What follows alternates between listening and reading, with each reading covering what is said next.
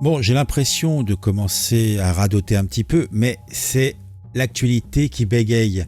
Et quand l'actualité bégaye, tu as tendance également à répéter un petit peu les mêmes choses.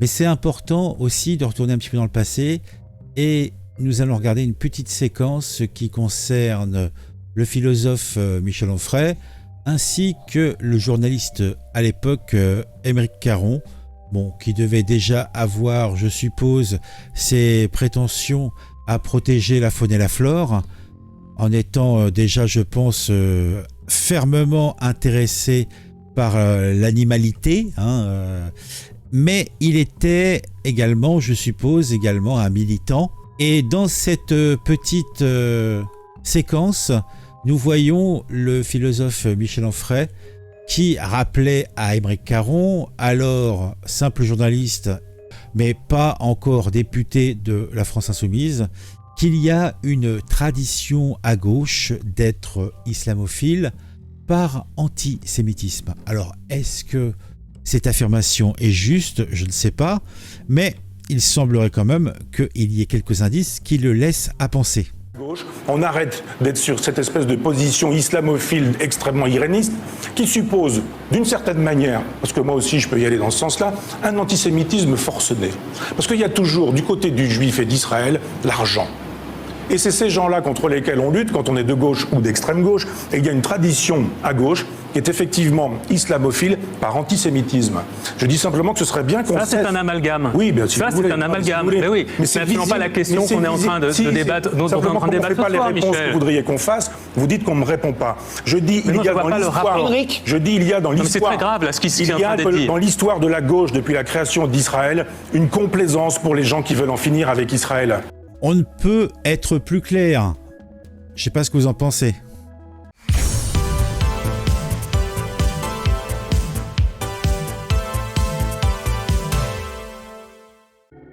Dans la même séquence, on peut revenir sur un événement qui s'est passé en 2014, pratiquement 10 ans, ça ne nous rajeunit pas, où il y avait eu un dérapage d'Émeric Caron coupé par France 2 durant l'émission où il était chroniqueur, sniper comme on dit. Le cinéaste Alexandre Arcadi, réalisateur de 24 jours, le film consacré à Ilan Halimi, aurait eu une altercation verbale avec le chroniqueur Émeric Caron, devenu depuis député de la France Insoumise. Lors de l'enregistrement de l'émission On n'est pas couché, la séquence a été coupée par la production. Quelle fut la nature réelle des propos tenus par Émeric Caron face à Alexandre Arcadi, qui vient de signer 24 jours, le film consacré à la longue torture et à l'assassinat d'Ilan Halimi, le jeune homme juif, par le gang des barbares de Youssouf Fofana en janvier et février 2006. Le clash qui se serait déroulé durant l'enregistrement du dernier numéro, d'accord, a été particulièrement violent. Selon plusieurs sources, le sniper de l'émission aurait avancé des propos relativisant les actes antisémites commis en France. C'est le site du magazine Causeur, animé par Elisabeth Lévy, qui a révélé par la plume de cette dernière les premières informations sur les coulisses de cet accrochage du meurtre d'Ilan Halimi. La conversation aurait dévié vers Mohamed Merah. Donc, malaise sur le plateau de On n'est pas couché. S'appuyant sur des fiches, Émeric Caron aurait alors donné des chiffres sur les enfants tués au cours d'affrontements entre l'armée israélienne et les militants palestiniens.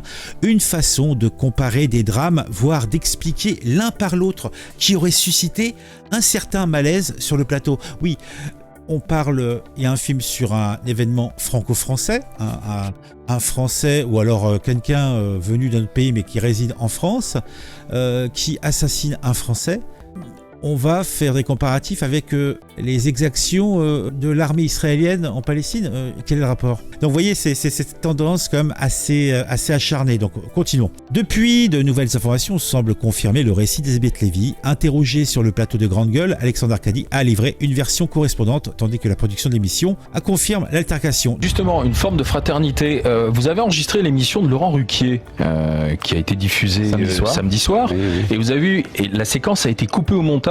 Vous avez eu un accrochage avec Émeric Aymeric Caron, qui commençait à expliquer que la montée de l'antisémitisme était aussi liée, si j'ai bien lu les comptes rendus qui sont faits sur certains sites, que la montée de l'antisémitisme était liée au fait que les soldats israéliens tuent aussi des enfants juifs, et qu'il y a aussi la montée de l'islamophobie, que vous l'ignorez.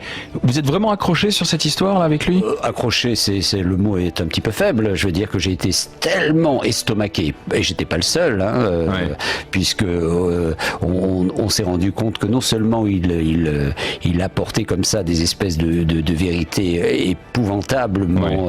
Qu'est-ce qu'il a dit précisément, parce que comme on l'a pas vu, pas entendu. Que on pouvait comprendre parce que des soldats israéliens tuaient des enfants palestiniens. Vous voyez, imaginons déjà cette phrase comme elle est terriblement provocatrice. Et puis ensuite, il a plongé son nez dans ses notes et il a cité des chiffres. Donc tout ça a été préparé. C'était pas quelque chose d'improvisé. Donc c'est ce type de désinformation. Et en disant ça, il justifiait quoi ? Écoutez, la justification, c'est il y avait un parallèle avec Mohamed Merah. On parlait de Mohamed Merah et je faisais remarquer quand même que le président de l'unité de Palestine avait fait une déclaration très claire à destination des Français en leur disant: écoutez, les affaires palestiniennes et israéliennes, ce sont nos affaires et je vous demande de pas vous en occuper, parce qu'à la suite de cette tuerie à Toulouse, c'était insupportable. Et je lui ai fait remarquer qu'il n'avait pas été beaucoup repris dans les médias et que c'était quand même un appel quand même au calme et ne pas mêler les choses. Mais la chose la plus extravagante, c'est qu'on parle d'un crime antisémite en France, d'un jeune garçon, d'un jeune Français, et que ce monsieur vient avec comme ça des affirmations d'un antisionisme et d'un anti-Israël d'une façon tellement caricaturale. Et c'est de l'antisémitisme du coup, vous pensez ? Je pense pas, parce qu'il n'irait pas jusque-là, mais je pense que c'est des raccourcis qui font mal et qui peuvent perturber. Et qui peuvent perturber beaucoup les esprits. On parlait de ces esprits un peu faibles, de ces bras cassés qui peuvent accomplir des choses parce qu'ils ont entendu, soit regarder une vidéo comme celle de ce Mbalambala, ou d'écouter des gens comme ça qui font de la désinformation. Aymeric Caron, mais alors pourquoi C'était de la désinformation, ce qu'a fait Aymeric Caron, c'était de la désinformation selon vous ? Oui, c'est de la désinformation parce que ce sont des raccourcis absolument abjects. Mais alors pourquoi France 2 a censuré cette séquence ? Je pense que... Vous étiez au courant d'ailleurs ? Oui, la production est venue me voir à l'issue de l'enregistrement avec le réalisateur. Ils m'ont dit qu'ils allaient couper la séquence. Pourquoi ? Elle était insupportable. Ah bon, donc ils se sont auto-censurés ?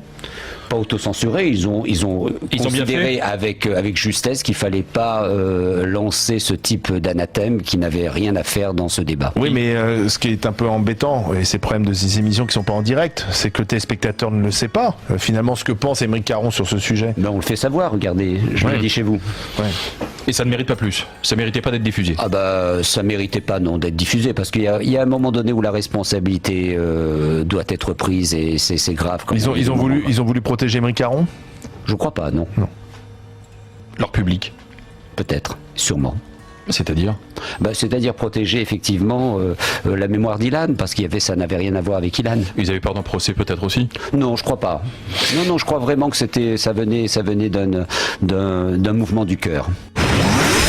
Moi personnellement, je pense pas trop au mouvement du cœur, mais pourquoi pas ?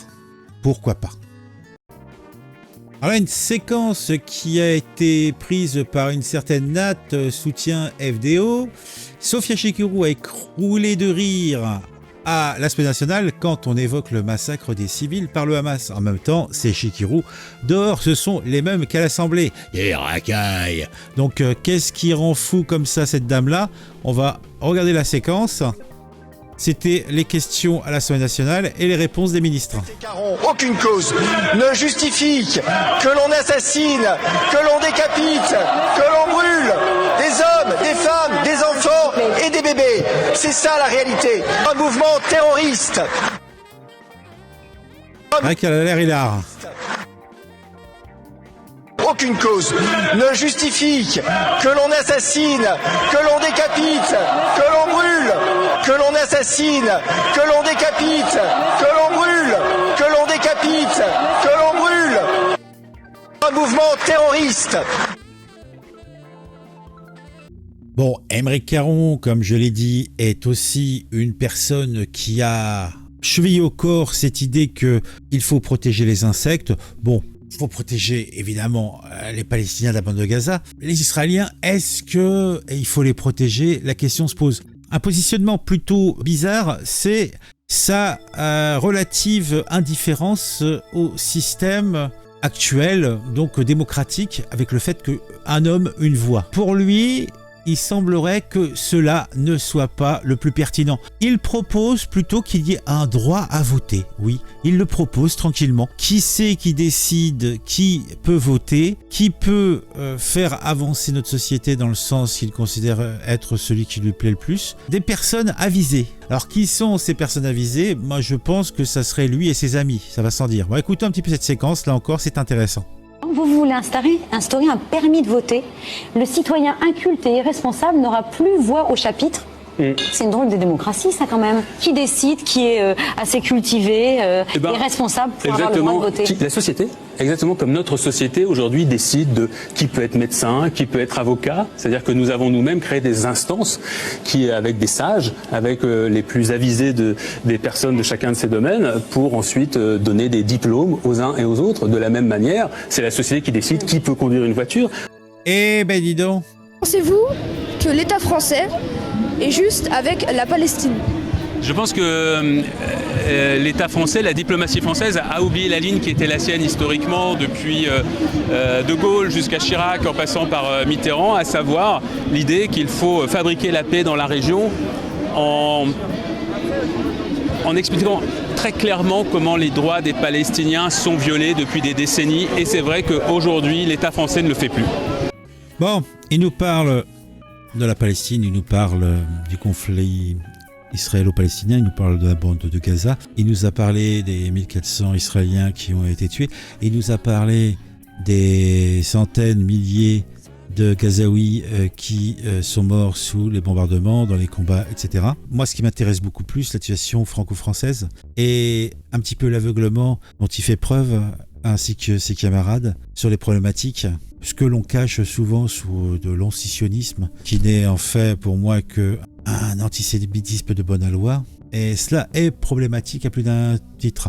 Bon là, vous voyez, on a repris quelques interviews du monsieur, on a lu un article, et l'image qu'il transmet, en tout cas jusqu'à moi, c'est une image plutôt négative, et il semble avoir plus de considération que pour un juif.